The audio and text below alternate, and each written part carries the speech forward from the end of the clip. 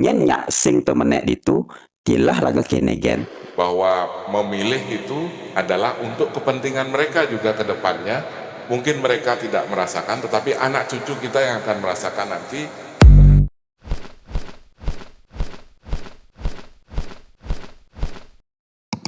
Halo sahabat Bawaslu, berjumpa lagi bersama kami dalam acara podcast Bawaslu Bali. Saya, Kasman, selaku host, akan menemani ruang diskusi Anda, tentunya bersama narasumber kami, berkenaan dengan ilmu-ilmu kepemiluan. Sahabat Bawaslu, pemilu dan pilkada tahun 2024 telah kita lalui bersama. Berbagai dinamika dan tantangan yang muncul selama tahapan menjadi bahan evaluasi penting untuk memperkuat peran pengawas pemilu ke depan. Evaluasi ini tidak hanya melihat apa yang telah terjadi, tetapi menjadi pijakan strategis dalam mempersiapkan pengawasan yang lebih profesional dan berintegritas. Pada episode kali ini, kita akan mengulas berkaitan dengan evaluasi penyelenggaraan pemilu dan pilkada tahun 2024, sekaligus persiapan peningkatan kapasitas jajaran pengawas dalam rangka menyongsong penyelenggaraan pemilu tahun 2029. Untuk itu, hari ini telah hadir narasumber dari anggota Bawaslu Provinsi Bali yang juga merupakan Koordinator Divisi Sumber Daya Manusia, Organisasi dan Diklat, Bapak Inyoman Gede Putra Wiratma. Selamat pagi Bapak. Pagi, Gimana kabarnya Pak? Sehat Pak? eh, kalau dibilang sehat ya sehat, tapi cuaca kita tahu Ya, bersama lagi tidak cuacanya bersahabat dengan betul tubuh Pak. Cuacanya kita. Ya kadang mudah-mudahan kita selalu dalam keadaan sehat astungkara semua. Pak. Semoga kita senantiasa selalu dalam keadaan sehat ya Pak ya. Berkenaan dengan topik yang akan kita ulas hari ini Pak. Evaluasi penyelenggaraan pemilu dan pilkada pada tahun 2024. Nah, bagaimana Bapak mengevaluasi kualitas pengawasan pemilu dan pilkada di Provinsi Bali secara teknis, Pak, dari sisi pengawasan? Eh, kita melihat dan mengalami bersama proses pemilu dan pilkada di tahun 2024. Kita ketahui Bali ini adalah salah satu eh, penyelenggaraan pemilu yang secara nasional tidak ada masalah. Secara teknis, kita sudah melaksanakan pemilihan dengan baik, walaupun mungkin ada sedikit apa ya, kekurangan. Tidak ada yang sempurna dalam segala proses di dunia ini, tidak ada yang sempurna. Tetapi harapan kita dari kekurangan itu kemudian kita mengevaluasi kembali agar ke depannya penyelenggaraan pemilu dan pemilihan terutama di bidang pengawasan lebih baik lagi.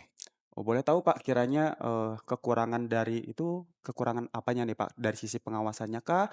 Atau dari sisi regulasinya gitu, Pak? Nah, dengan adanya regulasi yang selalu dinamis ya, Ya. setiap perhelatan, setiap tahun selalu ada regulasi baru yang mungkin menjadi perbaikan dari regulasi-regulasi yang lalu. Nah, disinilah kemungkinan kekurangan kita mengikuti proses dinamis ini. Jadi ada beberapa regulasi yang kita terlewatkan, yang perlu kita tingkatkan ke depannya. Nah, kalau menurut Bapak, regulasi yang ada sekarang terkait dengan pengawasan pemilu dan pemilihan, apakah sudah cukup, Pak, untuk mengakomodir dinamika politik yang terjadi di lapangan, Pak? Nah, secara kewenangan, Bawaslu diberikan kewenangan yang benar-benar super power ya. Nah, tetapi kita patut pahami kalau di tataran yang permanen, sudah barang tentu kita bisa belajar terus, meningkatkan kapasitas kita. Tetapi ketika kita berbicara tentang ad hoc, Hmm. yang waktu untuk mereka belajar memahami regulasi itu hanya sebentar, kemudian dengan keadaan di lapangan yang cepat prosesnya, itu mungkin kita perlu menyederhanakan, meningkatkan lagi peningkatan kapasitas kepada teman-teman kita nanti di tingkat ad hoc. Baik, jadi berkaitan dengan, peningkatan kapasitas itu sendiri, Pak. Bagaimana kemudian Bawaslu Provinsi Bali ini memanfaatkan hasil evaluasi pemilu dan pilkada tahun 2024 untuk penguatan kapasitas jajaran pengawas ini, Pak, Nah, terutama jajaran pengawas ad hoc itu, Pak? ya, kami terutama di divisi SDM saat ini sudah membuat program untuk peningkatan kapasitas yang kami lakukan di segala lini teknis yang ada di setiap divisi yang ada di pengawasan ini. Jadi harapannya nanti teman-teman di tingkat kabupaten yang kita berikan bimbingan teknis terkait dengan peningkatan kapasitas saat ini bisa mengetok tularkan ilmunya kepada teman-teman ad hoc yang direkrut mereka nanti menjelang perhelatan pemilu dan pilkada selanjutnya. Nah, berkaitan dengan pengawas ad hoc nih Pak. Kemarin kan sempat juga ada video bahwa Bawaslu Bali itu cukup kesulitan sebenarnya dalam hal merekrut pengawas ad hoc gitu Pak. Nah, menurut Bapak penyebabnya apa Pak gitu? Nah, kita ini di Bali dengan kultur kita, masyarakat kita yang cenderung semua berafiliasi ke pariwisata dengan pendapatan di pariwisata yang mungkin tidak sebanding mereka pikir dengan pekerjaan-pekerjaan ad hoc ini, itu menyebabkan keengganan teman-teman masyarakat untuk ikut serta bergabung dengan badan ad hoc kita. Tetapi kami di Bawaslu Bali selalu memiliki kiat-kiat tertentu, bekerja sama dengan seluruh stakeholder yang ada, baik itu pemerintah, pendidikan, kemudian banjar-banjar yang ada, itu tingkat terendah yang bisa kita sentuh, sehingga kita bisa mendapatkan penyelenggara ad hoc sesuai dengan waktu yang ditentukan kemarin, dan kedepannya pun kita akan meningkatkan komunikasi-komunikasi seperti itu. Nah, berbicara masalah Banjar nih Pak, ini kan erat kaitannya dengan adat Bali ya Pak ya. Eh, seperti apa Pak peran Banjar dalam merekrut pengawas ad hoc itu sendiri Pak Ya, dari tingkat yang paling bawah? kita ketahui Bali ini dengan kekentalan adat kita, sudah barang tentu ketika ada seorang pengawas yang baru datang dari luar, itu menjadi keanehan dari sistem adat ini. Jadi kita berharap ketika kita mampu berkomunikasi dengan stakeholder yang ada di Banjar, mereka menyodorkan anak mudanya atau ya warga Banjarnya di lingkungan itu yang memiliki keinginan berpartisipasi dalam segala proses demokrasi yang ada di wilayah mereka. Jadi mereka dikenal, mereka mengenal seluruh masyarakatnya, sehingga pengawasan dan komunikasi teman-teman ad hoc dengan lingkungan ini bisa berjalan dengan baik. Baik, eee, seperti ini Pak, kemudian apa risiko terbesar jika peningkatan kapasitas SDM pengawas itu tidak dipersiapkan dari sekarang? Ya, risiko terbesarnya sudah barang tentu pada saat pelaksanaan, terutama di hari H, seperti kemarin masih ada beberapa TPS yang harus dilaksanakan PSU berupa pemungutan suara ulang atau penghitungan suara ulang. Itu bukan sebuah hal yang buruk ya, itu meyakinkan masyarakat bahwa proses yang kita lalui, kita laksanakan bisa diperbaiki ketika ada kesalahan. Itu mengembalikan kepercayaan masyarakat kepada proses pemilihan yang ada di wilayahnya. Nah, berkaitan dengan ini Pak, kita kan saat ini masa non tahapan Pak ya, dan kita juga mengalami efisiensi anggaran. Saya rasa semua badan, lembaga, kementerian juga mengalami hal tersebut Pak. Nah, bagaimana kemudian strategi Bawaslu mensiasati hal itu terkaitan dengan efisiensi anggaran dan peningkatan kapasitas SDM itu sendiri Pak?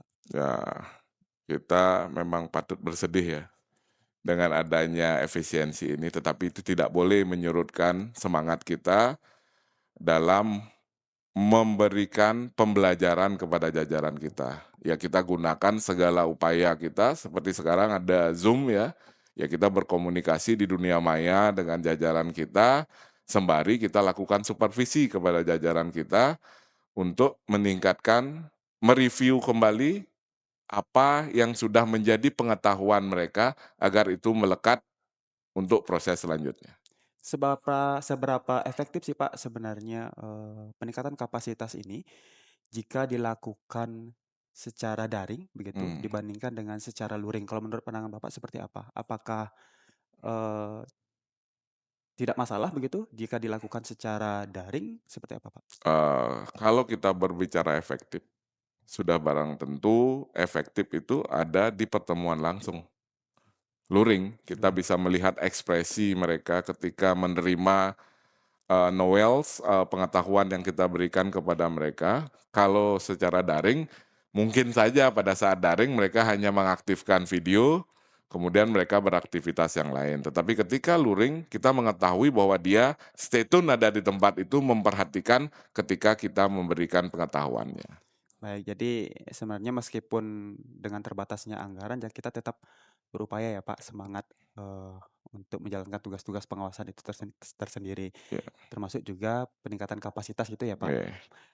Kemudian yang terakhir nih Pak, sebelum kita ini ya Pak, akhiri sesi ini, apa pesan Bapak kepada jajaran pengawas pemilu Pak, dalam menyongsong penyelenggaraan pemilu tahun 2029 Pak? Ya sudah pasti yang pertama, jangan pernah lelah belajar. Dengan regulasi yang dinamis ini, kita dituntut sebagai pengawas pemilu mampu meningkatkan kapasitas kita, belajar tentang semua regulasi yang ada, baik yang baru maupun yang lalu, itu menjadi sebuah tantangan tersendiri bagi kita sebenarnya sebagai pengawas pemilu, selain untuk kemampuan kita, juga memastikan bahwa masyarakat percaya dengan kita, percaya dengan kemampuan kita untuk menjadi wasit ya dalam sebuah perhelatan pemilu dan pemilihan, memberikan rasa nyaman kepada masyarakat ketika proses demokrasi itu berlangsung di masyarakat. Nah, menarik sedikit Pak sebelum ini, menyentil sedikit terkait dengan kepercayaan masyarakat itu sendiri Pak. Hmm. Nah, kalau kita telah lagi Pak ya, dalam penyadaran masyarakat tentang pentingnya pengawasan pada tahapan pemilu memiliki tingkat kesulitan sendiri Pak. Ini gimana caranya Bawaslu menyadarkan terlebih dahulu adanya anggapan bahwa nyen nyak sing temenek ditu tilah raga kinegen. Nah, statement ini kan biasanya yang berkontribusi terhadap apatisme masyarakat. Nah, bagaimana Bapak menanggapi statement seperti itu, Pak? Statement itu ada selalu di masyarakat, apatis terhadap sebuah proses demokrasi sudah pasti ada. Bawaslu dan stakeholder yang ada, terutama partai politik yang memiliki peran serta yang besar untuk menyadarkan masyarakat di sini. Kami di Bawaslu bekerja sama, selalu berdampingan dengan semua stakeholder penyelenggaraan pemilu untuk meningkatkan kepercayaan masyarakat terhadap sebuah proses demokrasi. Menyiapkan calon-calon itu dari partai yang memiliki kapabilitas yang sesuai dengan harapan masyarakat itu penting. Dari sekarang kita lakukan sosialisasi, komunikasi dengan seluruh stakeholder sehingga apatisme masyarakat ke depan ini bisa dikurangi. Bahwa memilih itu adalah untuk kepentingan mereka juga ke depannya. Mungkin mereka tidak merasakan, tetapi anak cucu kita yang akan merasakan nanti terhadap sebuah pilihan kita, memilih seseorang untuk menjadi pemimpin kita, dan bergerak memajukan wilayah kita atau daerah kita ke depannya, sehingga kehidupan kita di masyarakat lebih baik ke depannya. Itu harapan kita terhadap sebuah demokrasi. Baik, terima kasih Pak Gordip atas penjelasannya. Terakhir nih Pak, sebelum kita closing, ada nggak Pak closing statement yang ingin Bapak sampaikan kepada masyarakat yang sedang menyaksikan podcast ini Pak? Silakan.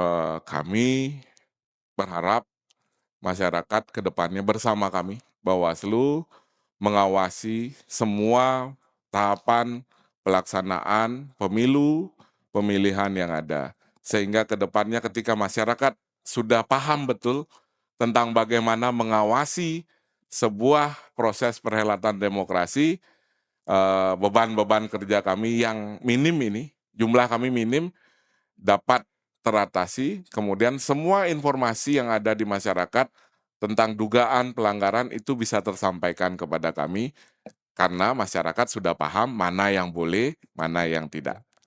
Baik, terima kasih Pak Gordip atas penjelasannya. Semoga apa yang Bapak sampaikan dapat mencerahkan kita semua, termasuk juga sahabat Bawaslu yang sedang menyaksikan podcast hari ini. Saya izin closing ya Bapak. Sahabat Bawaslu, demikianlah episode podcast hari ini. Saya, Kasman, pamit undur diri. Jangan lupa untuk terus menyaksikan konten-konten edukasi kami lainnya. Sampai jumpa pada episode berikutnya. Akhir kata saya ucapkan terima kasih dan boleh izin Bapak kita tagline Bawaslu bareng-bareng. Bersama rakyat Oke. awasi pemilu, bersama Bersama Bawaslu Bawaslu, tegakkan tegakkan keadilan keadilan pemilu. pemilu. Sampai jumpa.